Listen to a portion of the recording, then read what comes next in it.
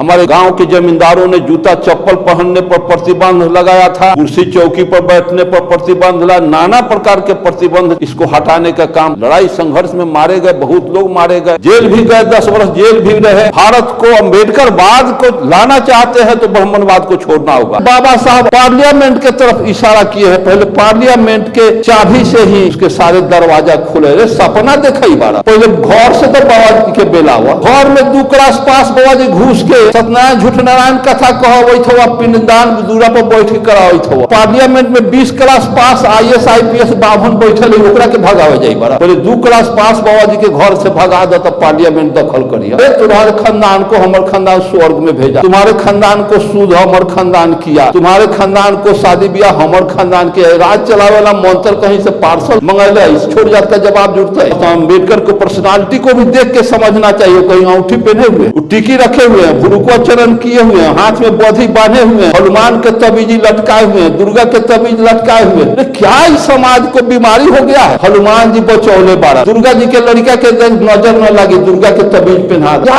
गफल खन पे पढ़ा लिखा परिवार का वही हालत। भगत सिंह कहा था कि अंग्रेज को भी भारत में 200 वर्ष रहना चाहिए था। उन्हें कहा कि अंग्रेज के साथ हमें नहीं लड़ना चाहिए था, हम गलत कर गए।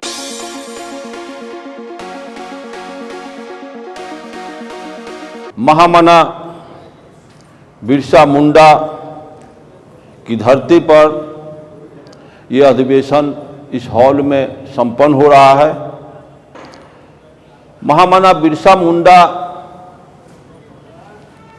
जी जिस समाज से आते थे वो समाज आज भी जंगल के पशु पक्षियों से दोस्ती किया, जंगल के पशु पक्षियों से भाईचारा किया, लेकिन जंगल के पशु पक्षी के साथ दोस्ती करके अब इनके पशु पक्षियों के अपना समझा, लेकिन भारत के ब्राह्मणों को अपना न समझा, न इनसे दोस्ती किया, न इनको इनकी संस्कृति सभ्यता इतिहास को स्वीकार किया। बिल्ली काली हो या उजली इसकी कोई अहमियत नहीं है। अहमियत तो इस बात में है कि वो चूहा पकड़ती है कि नहीं। अभी तक हम इस देश में संगठन का महल बनाते जा रहे हैं और महामना बुद्ध आज से 2500 वर्ष पहले जिस ज्योति को, जिस चिराग को जलाया था इस धरती में, उसको सभी लोग बुझाने का काम किए और उनका धरती पर, इस धरती से विदाई भी बुद्ध के विचारों का सफाया भी हो गया। इस विचार, इस धरती पर जो भी लोग आए, इस्लाम भी आए, क्रिश्चियन भी आए, जो भी प्रगतिशील विचार या कार्ल मार्क्स का विचार भारत में आया, सारे प्रगतिशील विचार भारत में असफल और ब्राह्मणवाद सफल। इसका कारण है, महामना बुद्ध ने कहा कि अगर इस धरती पर कोई भी कहीं कुछ घटना घटती है तो उसके पीछे कारण हो, और कारण का पता लग जाता है तो उसका निवारण भी होता है। बिना कारण का कोई कार्य होता ही नहीं है। प्रकृति कारण पर टिकी हुई है। आंधी आती है तो उसका कारण हो, वर्षा होती है कारण है, हम यहां आए हैं कारण है, आप यहां आए हैं कारण है। बिना कारण का कोई कार्य होता ही नहीं है। और ये भी डायलेक्टिकल नियम है जिसको कार्ल मार्क्स ने स्पष्ट कहा है। बाबा साहब अम्बेडकर ने भी कहा है, इतिहास साक्षी भी है। लेकिन आज तक हम समझ नहीं पा रहे हैं कि हम कहां अटके हैं, कहां भटके हुए हैं, कहां लटके हुए हैं कि बुद्ध का इतना ऊंचा विचार असफल, कबीर का विचार असफल, रैदास का विचार, बिरसा मुंडा का विचार, ज्योतिबा फुले पेरियार का विचार, संत गाडगे का विचार, बाबा साहब अम्बेडकर का विचार, रामस्वरूप वर्मा और जगदेव प्रसाद जैसे महान क्रांतिकारी बिहार लेनिन का विचार, सारे प्रगतिशील विचार असफलता का एकमात्र कारण है ब्राह्मणवाद।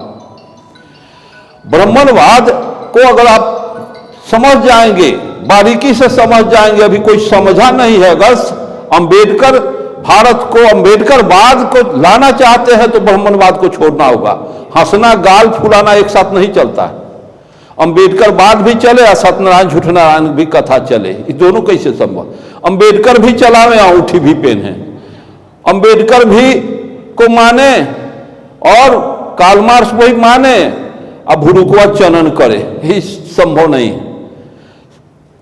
संभव है कि एक तरफ एक साइड नदी के दो किनारा एक नहीं हो सकता, ये साइड रहो नहीं तो वो साइड रहो।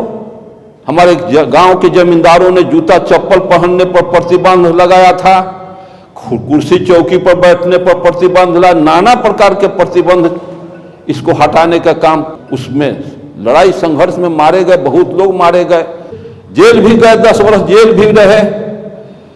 तो हमें सोचना होगा, सतही तौर से हम अंबेडकर का सिंबल लगा लें, अंबेडकरवाद कह दें, हरा झंडा लटका लें, इससे काम चलने वाला नहीं। रूट को पकड़ना होगा, बीमारी को ढूंढना होगा। जब बाबा साहब अंबेडकर मरे थे तो 3 लाख से ज्यादा लोग उनके शव के नजदीक आके आंसू बहाया था, और कार्ल मार्क्स जर्मनी में मरे थे तो मात्र 7 आदमी उनके मृत्यु पर उनके साथ आया था। तो 7 आदमी मिल करके पूरा रसिया भारत से 7 गुना बड़ा भूभाग को लिबरेट कर लिया। अक्टूबर क्रांति सफल। 3 गुना भारत से चाइना लिबरेट हो गया, वियतनाम, कंबोडिया, लाओस सब मार्क्सिज्म से सफल हो गया। जो कुछ नहीं किया, 3 लाख 2 लाख रह करके क्या किया? इसका मतलब वो डेडिकेटेड उत्सर्गी लोग अंबेडकर के साथ, अंबेडकर के विचार को लोग नहीं समझा था। अगर विचार को समझता, अरे इतना लोग भी काफी है अंबेडकर को समझ लेने के बाद। जिस तरह से गाड़ी में सेल्फ मारने के बाद वाइब्रेशन करने लगती है, कंपन गाड़ी में होने लगती है, उस तरह से इतना आदमी भी। अरे भगत सिंह, काफी लोग नहीं थे, एक विचार है। भगत सिंह ने तो कहा कि भारत में अभी अंग्रेज को रहना चाहिए था। जब लेनिन के वो किताब पढ़े राजसत्ता और क्रांति, तब उन्होंने लिखा, कहा कि अगर ये किताब पहले मिलता तो मैं आज इस दिन को देखने के लिए मुझे नहीं इस दिन देखने को होता। भगत सिंह कहा था कि अंग्रेज को भी भारत में 200 वर्ष रहना चाहिए था, किसी को मालूम भी होगा। उन्हें कहा कि अंग्रेज के साथ हमें नहीं लड़ना चाहिए था, हम गलत कर गए। चूंकि बीमारी 3 ठो, रूस में, चीन में 2 बीमारी थी, क्लास स्ट्रगल, गरीब और अमीर वर्ग। यहां कास्ट स्ट्रगल है, यहां 3 गो बीमारी है। यहां अंबेडकरवाद चलेगा। भारत के लिए अगर कार्ल मार्क्स की जगह पर यहां अंबेडकरवाद चलेगा, यहां जाति रहेगी, ब्राह्मणवाद रहेगा। जब तक जाति चलेगी, यहां कास्टिज्म है, कास्ट नहीं। यहां कास्ट के अलावा दूसरा जंबे नहीं करेगा लड़ाई। जाति व्यवस्था को हमको नकारना होगा। हमारे सरकार में जो बैठे लोग हैं वो जातीय जनगणना कराना है। क्या जाति होती है इंसान में? झूठ को जैसे इस देश में चल रहा है, बुद्ध को राम से तुलना किया जा रहा है। अरे सत्य, बुद्ध तो सत्य है और राम झूठ है। एक काल्पनिक व्यवस्था को एक सत्य के साथ झूठ को अगर सामंजस्य करना का मतलब है कि झूठ को स्थापित करना, झूठ को सत्य में कन्वर्ट करने का ये साजिश चल रहा है। भारत में तो राम पैदा नहीं हुआ। डॉक्टर अंबेडकर का रिडल्स ऑफ हिंदुइज्म में राम एंड कृष्ण उठा के पढ़ लीजिए कि भारत में राम पैदा नहीं हुआ लेकिन रामायण लिखी गई। भारत में कृष्ण नहीं हुआ, राम रावण युद्ध नहीं हुआ लेकिन रामायण लिखी गई। भारत में महाभारत नहीं हुआ लेकिन महाभारत लिखा गया। सारे लोग उसको मानते हैं कि सत्य घटना है। जिस नेता को, मंच पर बहुत नेता को मैं देखता हूं, डांटता भी हूं कि क्या बोले, फलाना महाभारत में ऐसे कहते रे, बेवकूफ क्या कहते हो, महाभारत हुआ ही नहीं था। एक काल्पनिक व्यवस्था है, झूठी बातें हैं, ब्राह्मणवाद का ही साजिश है। यही खिस्सा कहानी में 90% को उलझा करके उसके आर्थिक सामाजिक हत्या किया गया है और उसी को चला रहे हो तुम। ऐसी व्यवस्था में हमारे लोग लगे हुए हैं। तो आपको समझने की जरूरत है। और ब्राह्मणवाद हमारे समाज के जर्रा जर्रा में, कण कण में घुसा हुआ है। जैसे गालिब ने भी कहा कि खिलवते तौहीद जिन नमाजों से हुई वो नमाज हिंद में नजरे ब्राह्मण हो गई। उसने समझ गया कि भारत में ब्राह्मणाइज हो गया, सारी व्यवस्था ब्राह्मणाइज है, यहाँ का आबो हवा सब में ब्राह्मणवाद घुसा हुआ है। आप स्नान करने जाइए, सुबह उठिए, तो जैसे उठिएगा तो सीताराम सीताराम, हरे हरे कृष्ण कृष्ण करना शुरू कर, ब्राह्मणवाद। उठते उठते स्नान करने जाइए, बम बम भोरे बम, हरे हरे कृष्ण कहिए।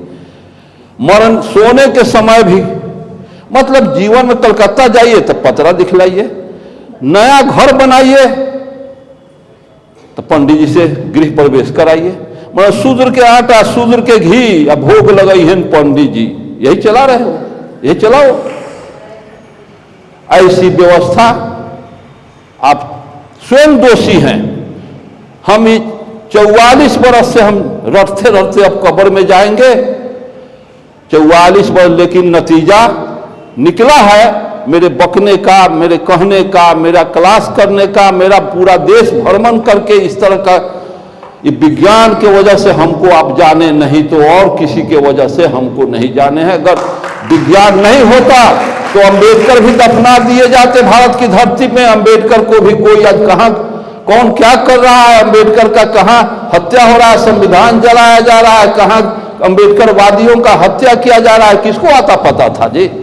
ये तो आज चंद मिनट में किसी के साथ कोई जुर्म ब्राह्मणवादी व्यवस्था के सरकार के लोग करते हैं तो हल्ला हो जाता है, सारे लोग कॉन्शस यूट्यूब फेसबुक के माध्यम से न्यूज पेपर से समझ जाते हैं।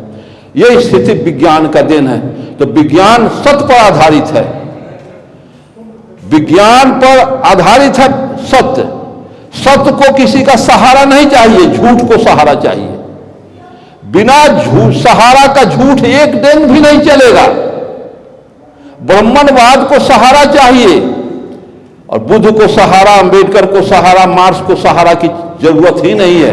लेकिन आप सत्य ईमानदार बने। मैं एक कम्युनिस्ट बहुत बड़ा नेता था वर्ल्ड का, उससे मैं एक लेसन सीखा। माओ सेतुंग का नाम आप लोग जानते होंगे, एक लिटरेचर में मैं पढ़ा, पिकुरियर चाइना में बच्चे थे माओ सेतुंग। हुआनहो नदी से जो बाढ़ जाती थी तो लाखों एकड़ भूमि के फसल, तैयार फसल दहा के प्रशांत महासागर में ले जाया करता था।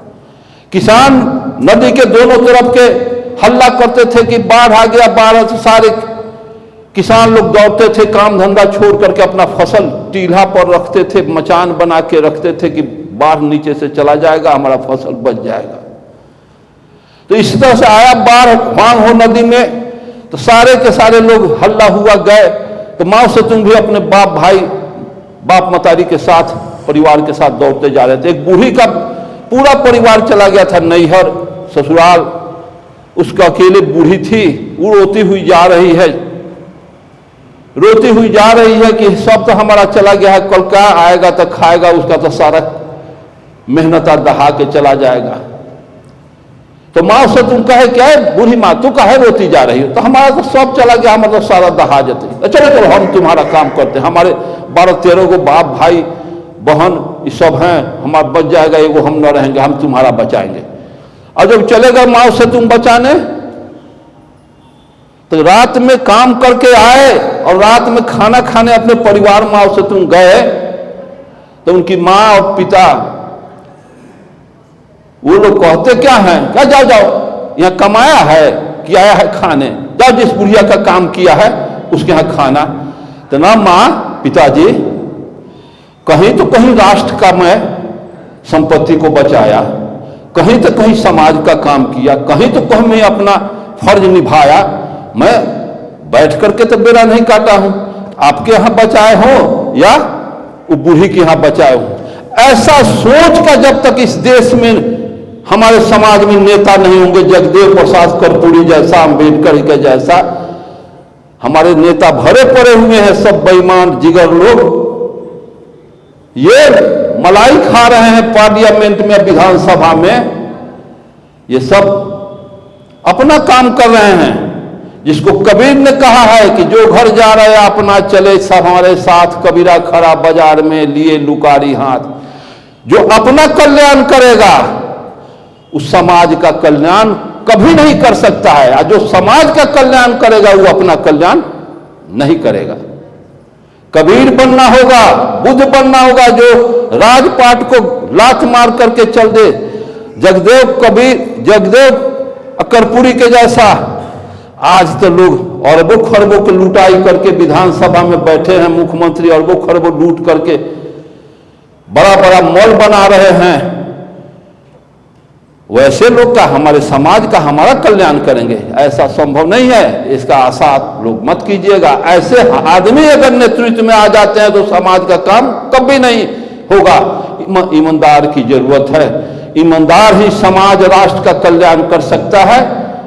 ऐसी व्यवस्था की जरूरत है इस देश में, और नहीं तो यहाँ सारे के सारे मानसिकता बना दिया, बहुमनवाद स्वार्थी बना दिया, जिसको काशीराम ने जो चमचा युग लिखा किताब पढ़े हैं कि नहीं? चमचा युग पढ़े हैं?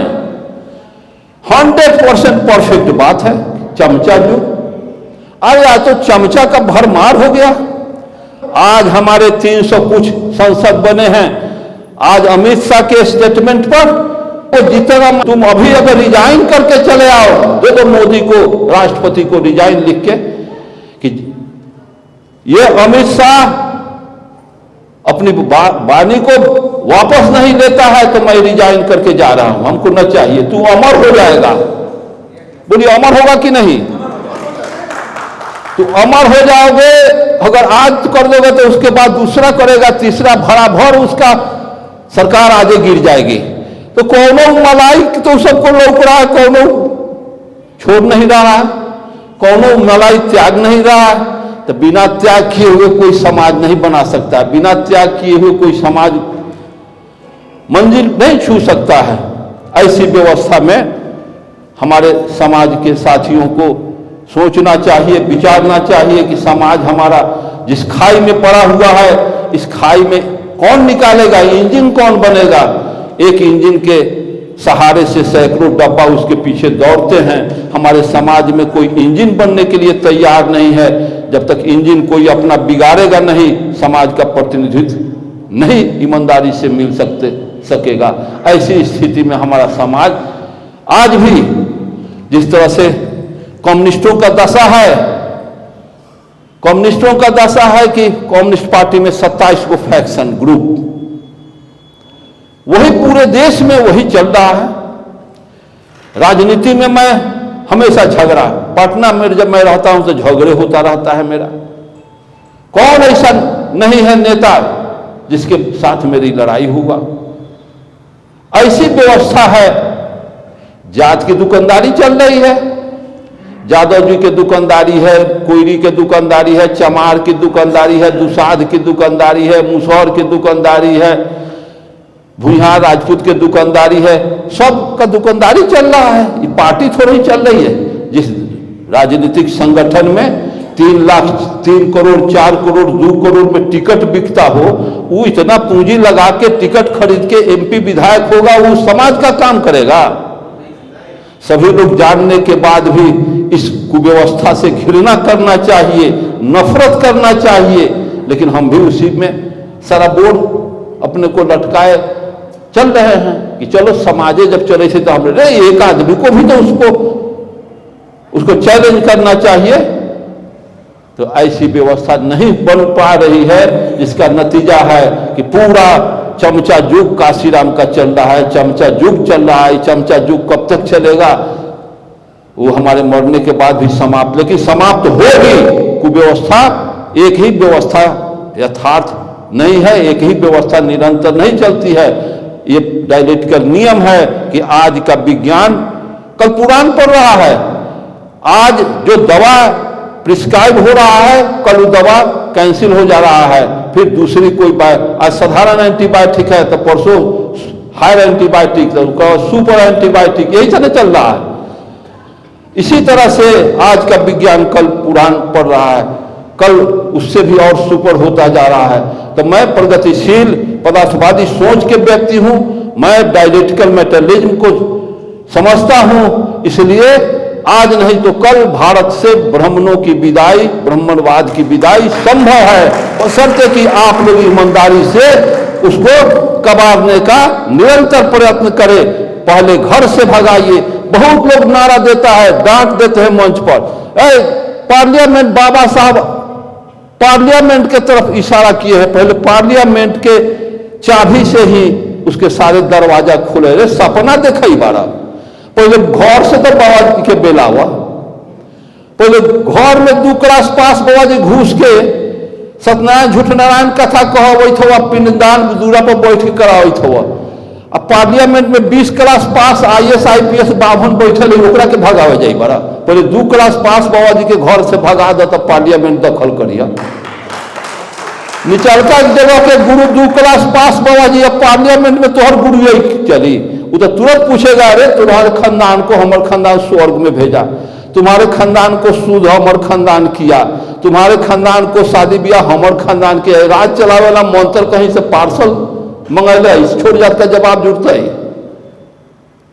ऐसी व्यवस्था को बाबा साहब अम्बेडकर वादी हम बन जाते हैं, मार्क्सवादी बन जाते हैं, लेकिन अम्बेडकर को नहीं समझता। अम्बेडकर को पर्सनालिटी को भी देख के समझना चाहिए। कहीं अंगूठी पहने हुए, टिकी रखे हुए हैं, भुरुकोचरण किए हुए हैं, हाथ में बोधी बांधे हुए हैं, हनुमान के तबीजी लटकाए हुए हैं, दुर्गा के तबीज लटकाए हुए हैं। क्या इस समाज को बीमारी हो गया है? हनुमान जी बचौले बारन, दुर्गा जी के लड़का के नजर न लगी, दुर्गा के तबीज पहना दा। क्या ही गपल खंड पे पढ़ा लिखा परिवार का वही हालत है। हम तो बहुत हम जलते रहते हैं, जिस पढ़ा लिखा समाज में जाते हैं उसके बाल बच्चा को देख करके हम कहते हैं कि जो बाल बच्चा के देह पर गारमेंट है, जो आभूषण है, इसका बच्चा क्या जानने गया है कि हनुमान कौन था? बाल बच्चा क्या जानता है कि राम कौन था, ये कौन था, कौन?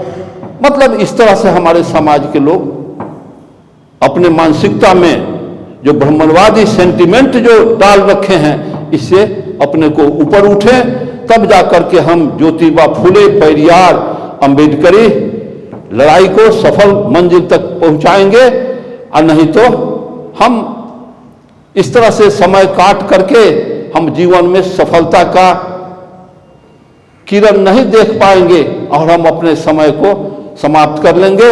इन्हीं शब्दों के साथ मैं आप सबों का आभार व्यक्त करता हूं।